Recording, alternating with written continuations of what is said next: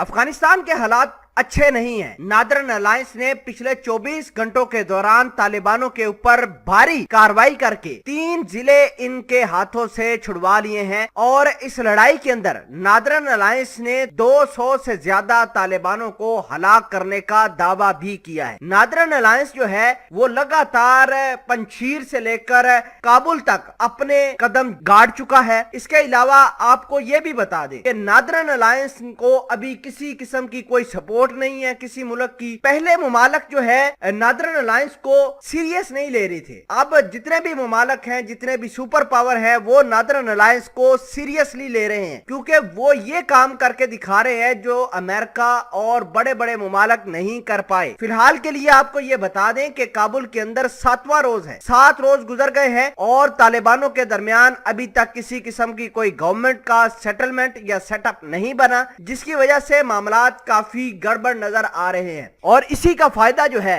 वो northern alliance उठा रहे हैं। मामलात क्या हैं, किस और ये मामले जा रहे हैं, नादरन अलायंस किस तरह तालिबानों के ऊपर भारी पड़ रहे हैं, सब कुछ आसान अल्फाज में हम आप तक पहुंचाएंगे। छोटी सी गुजारिश है कि आप हमारा YouTube चैनल हसनात टीवी को सब्सक्राइब करके पास मौजूद घंटी के निशान को दबा दें ताकि हक और सच सबसे पहले आप तक बर वक्त पहुंचता रहे। नाजरीन ग्रामी, रोज हम बताते हैं कि नादरन अलायंस जो पहले सोवियत यूनियन को तबाह कर चुका है, अब उनका ऐलान है कि हम तालिबानों को भी खात्मा करेंगे और हम तालिबानों से गवर्नमेंट छीन कर अमेरिका की हामिल जो गवर्नमेंट होगी, डेमोक्रेटिक गवर्नमेंट होगी, उसको बहाल करेंगे। अमरुल्लाह सालेह और अहमद मसूद जो कि नादरन अलायंस को हेड कर रहे हैं, लीड कर रहे हैं, वो आज के टाइम पर ये बयान दे रहे हैं कि अभी जंग खत्म नहीं हुई और उनके जंगजुओं ने वो काम कर दिखाया है कि 200 तालिबान पिछले 24 घंटों के दौरान उन्होंने मार गिराए हैं और 3 जिले भी जो है वो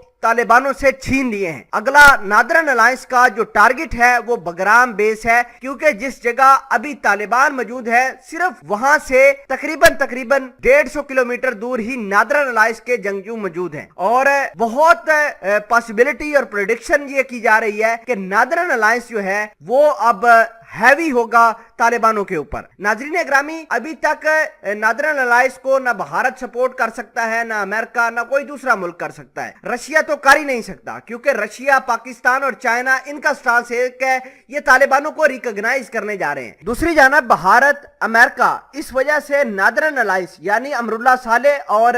अहमद मसूद को फुल फ्लेज सपोर्ट नहीं कर पा रहे क्योंकि अभी इनके बहुत सारे जो लोग हैं वो अफगानिस्तान के अंदर फंसे हुए हैं और अगर इन्होंने अलल ऐलान अमेरिका वालों ने नादरन अलायंस को सपोर्ट करना शुरू कर दिया, टीवी पर आकर कहना शुरू कर दिया कि हम तो नादरन अलायंस के साथ हैं, हम तो तालिबानों के मुखालिफ हैं, तो यकीन करें तालिबान जो काबुल के अंदर बैठे हुए हैं ये किसी किस्म का फ्लाइट ऑपरेशन नहीं होने देंगे और जितने भी अमेरिका के या भारत के लोग फंसे हुए हैं उनको ये पकड़कर कैदी बना सकते हैं क्योंकि 2001 के अंदर भी नादरन अलायंस को ईरान ने सपोर्ट किया था। तो 2001 के अंदर नादरन अलायंस के इस वजह से ईरान के 11 डिप्लोमेट को काबुल के अंदर तालिबानों ने पकड़कर मार गिराया था। तो इस वजह से अमेरिका वो वाक़े को याद करके अभी तक चुपचाप बैठा हुआ है और किसी किस्म की कोई सपोर्ट नादरन अलायंस को नहीं दे रहा।